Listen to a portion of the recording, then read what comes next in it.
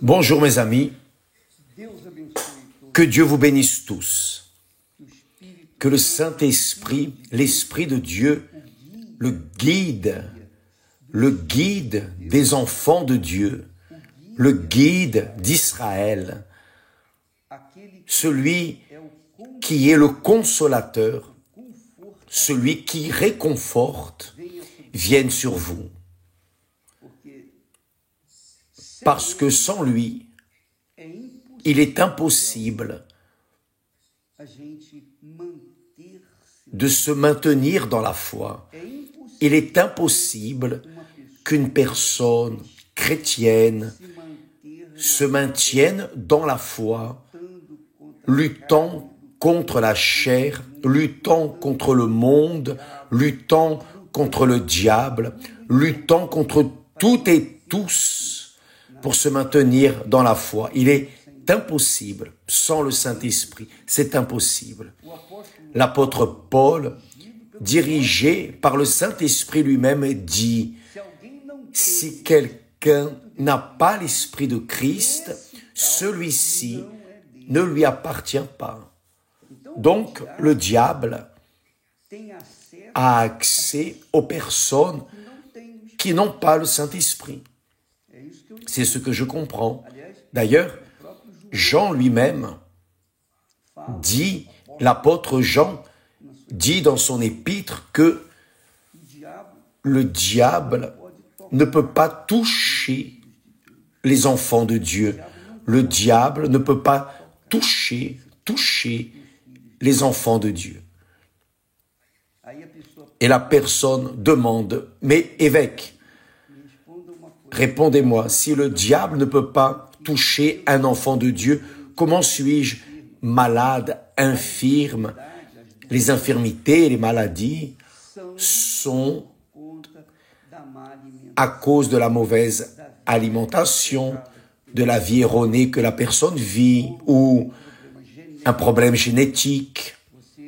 Vous avez hérité de vos parents, enfin. Mais non nécessairement, c'est un démon. Une infirmité, c'est une infirmité. Et bien sûr qu'il y a des esprits d'infirmité. Jésus a chassé le démon qui était dans une personne qui ne parlait pas, qui était muette et sourde. Lorsque le démon est sorti, la personne a commencé à parler et à entendre. C'est un fait, mais toutes les infirmités ne sont pas des possessions du diable, des possessions démoniaques. Donc, mes amis, vous qui nous regardez en cet instant, vous devez avoir cette conscience que sans le Saint-Esprit, il est impossible de se maintenir dans la foi. Et nous voyons cela.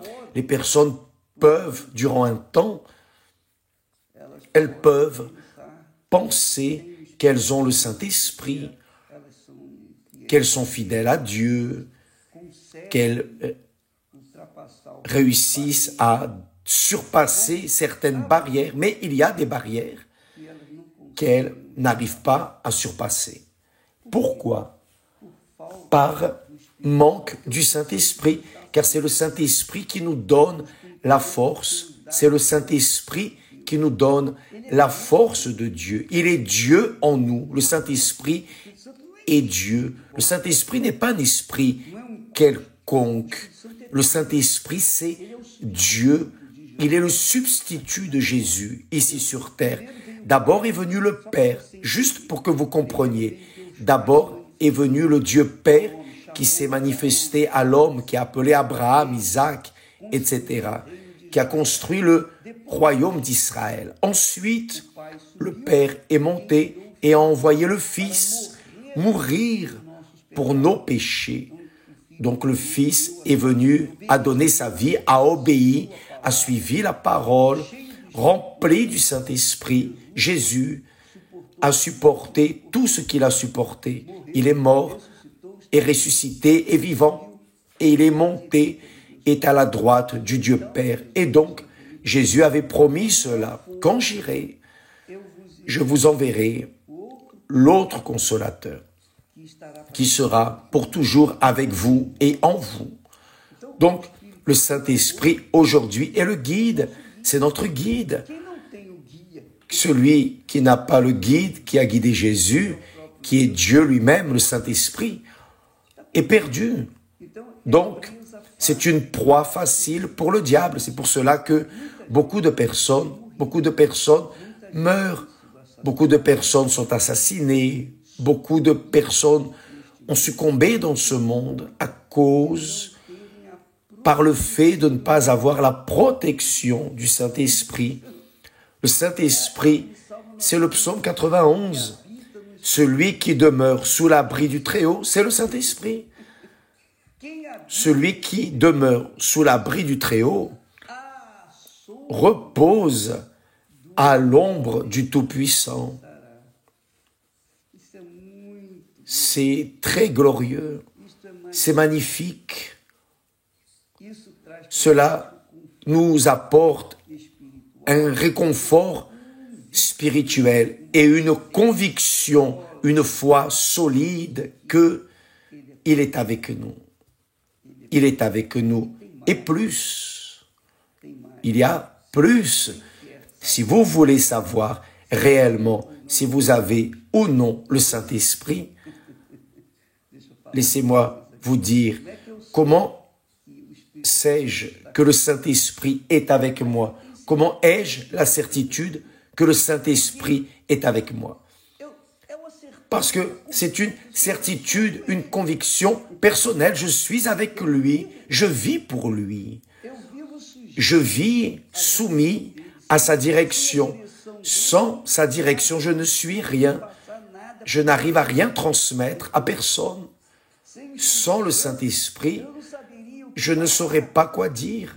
Sans le Saint-Esprit, je ne saurais pas comment me conduire. Sans le Saint-Esprit, je ne saurais pas vivre. Sans le Saint-Esprit, je n'existerai pas tout simplement. Pourquoi? Parce qu'il est l'essence de Dieu en nous. Et j'ai cette certitude absolue, personnelle, cette certitude, cette conviction que je suis avec lui, me donne la certitude qu'il est avec moi. Parce que si je suis avec lui, il est avec moi. Si je ne suis pas avec lui, si j'ai des doutes que je suis avec lui, bien sûr que j'aurai des doutes qu'il est avec moi. Donc, vérifiez, mes amis, là, vous, en ce moment, si vous êtes enveloppé par des doutes, des peurs,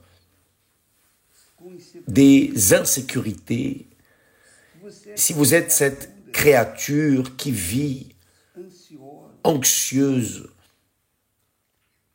je vous pose une question. Êtes-vous avec Dieu? Vous allez me dire, évêque, je ne sais pas.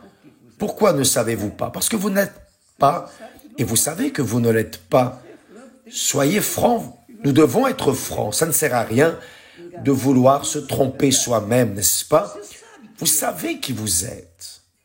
Vous avez conscience de qui vous êtes, de votre foi.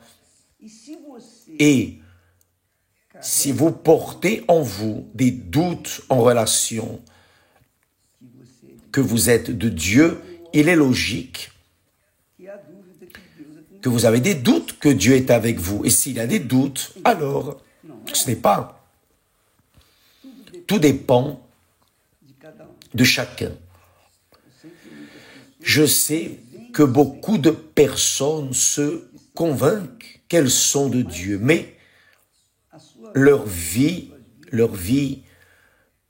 en règle générale, sont une distorsion de la foi chrétienne. C'est une aberration de la foi chrétienne. Comment sont-elles de Dieu? De Dieu sont ceux qui écoutent et obéissent à la parole de Dieu. C'est la réalité, mes chers amis. Donc, nous avons dit hier, en relation au baptême dans les eaux, le baptême d'eau est extrêmement, il est autant, si important que le baptême du Saint-Esprit, le saviez-vous? Le baptême d'eau est si important que le baptême du Saint-Esprit. Pourquoi? Le baptême d'eau, c'est la mort du jeu pour ce monde. Maintenant, vous avez été baptisé une fois, deux fois. Combien de fois avez-vous été baptisé? Mais dans la pratique, vous continuez dans le monde. Vous savez cela. Vous continuez à aimer le monde et les choses du monde. Donc, je vous demande, êtes-vous mort pour Jésus? Non, vous n'êtes pas mort. Votre baptême a été un bain. Vous avez pris un bain seulement. Vous pouvez avoir lavé le corps, mais vous n'avez pas lavé l'âme. Votre corps continue encore vivant à la saleté de ce monde. Donc, le baptême d'eau n'était pas valable. Donc, c'est la même chose avec le baptême du Saint-Esprit. Quand la personne reçoit le Saint-Esprit, obligatoirement, sa pensée change. Ses projets changent. Ses rêves changent. Quand une personne est baptisée du Saint-Esprit, elle n'est plus accrochée, prisonnière aux personnes, aux choses, à rien dans ce monde. Pourquoi? Parce qu'elle est le propre temple de Dieu. C'est la richesse de Dieu sur terre. Cela est très important, mes amis. Lorsque Jésus a dit, quand la personne reçoit le baptême d'eau, elle est une nouvelle créature. Elle naît de nouveau. Elle est une nouvelle nature spirituelle. Et avec cette nature spirituelle, elle réussit à supporter, à vivre, à survivre dans ce monde cruel, ce monde sale, pourri. Elle réussit à vaincre toute la saleté de ce monde infernal. Pourquoi? Parce qu'elle est une nouvelle créature, une nouvelle pensée, un nouveau cœur. Ainsi est le baptême d'eau. Quand la personne se baptise d'eau et que réellement le baptême est arrivé, alors elle est morte pour le monde. Elle, tout simplement, ignore le monde. Elle vit pour la foi. Elle vit pour l'obéissance à la parole de Dieu. Donc, avec cette nouvelle créature scellée du Saint-Esprit, c'est fini. Elle devient une personne divine, une créature divine. Là, oui, elle est prête à affronter tout l'enfer et vaincre parce qu'elle est de Dieu. Ce que l'apôtre dit, celui qui est de Dieu, le diable ne peut pas le toucher. Comprenez-vous, mes chers amis? Grâce à Dieu. Je sais que beaucoup de personnes ne comprennent pas notre langage, ne comprennent pas notre discours, parce qu'ils ne sont pas encore nés de Dieu. La pensée de ces personnes continue avec la pensée encore qui est née de leur père. Ils sont nés de la chair et ne sont pas nés de Dieu, malheureusement. Mais lorsqu'elles naîtront de nouveau, elles comprendront parfaitement, grâce à Dieu. C'est une merveille. C'est une bénédiction. J'aimerais que tous soient baptisés d'eau et juste après le baptême d'eau, quand il est valide, quand la personne veut vraiment mourir pour le monde et se marier à Dieu, elle laisse le monde en arrière et s'immerge, elle plonge dans le baptême d'eau et lorsqu'elle se relève, c'est pour vivre en nouveauté de vie. En nouveauté de vie. Et c'est ce qui doit arriver. Quand elle reçoit le Saint-Esprit, c'est la même chose. Sauf que le Saint-Esprit, c'est la pensée de Dieu dans la personne. qui est une nouvelle créature. Elle est née des eaux, elle s'est relevée des eaux comme nouvelle créature. Alors, le Saint-Esprit, l'Esprit de Dieu vient sur elle. Parfois, il vient avant, parfois, il vient après le baptême, parfois, il vient un mois après, mais il vient, certainement, il vient, parce qu'elle est une nouvelle créature, elle est morte pour le monde. C'est pour cela que le baptême d'eau est si important que le baptême du Saint-Esprit. Nous continuerons à parler de ce sujet pour enlever les doutes des personnes qui disent « Évêque, je me suis déjà baptisé 2 fois, dois-je me baptiser de nouveau ?» Ne me demandez pas, c'est vous qui devez répondre. Demandez au Saint-Esprit. Vous ne devez demander à personne. C'est quelque chose de personnel, d'intime. Vous et Dieu, Dieu et vous. Une relation intime, vous et Dieu, Dieu et vous. Personne n'a la capacité de dire « Ah, tu as été baptisé ou tu n'as pas été baptisé ». Bien sûr que les fruits, non les dons, mais les fruits montrent certainement ceux qui sont morts pour le monde et sont nés pour servir Dieu, grâce à Dieu. Demain, nous serons ici de retour. Que Dieu vous bénisse tous et à bientôt. Amen.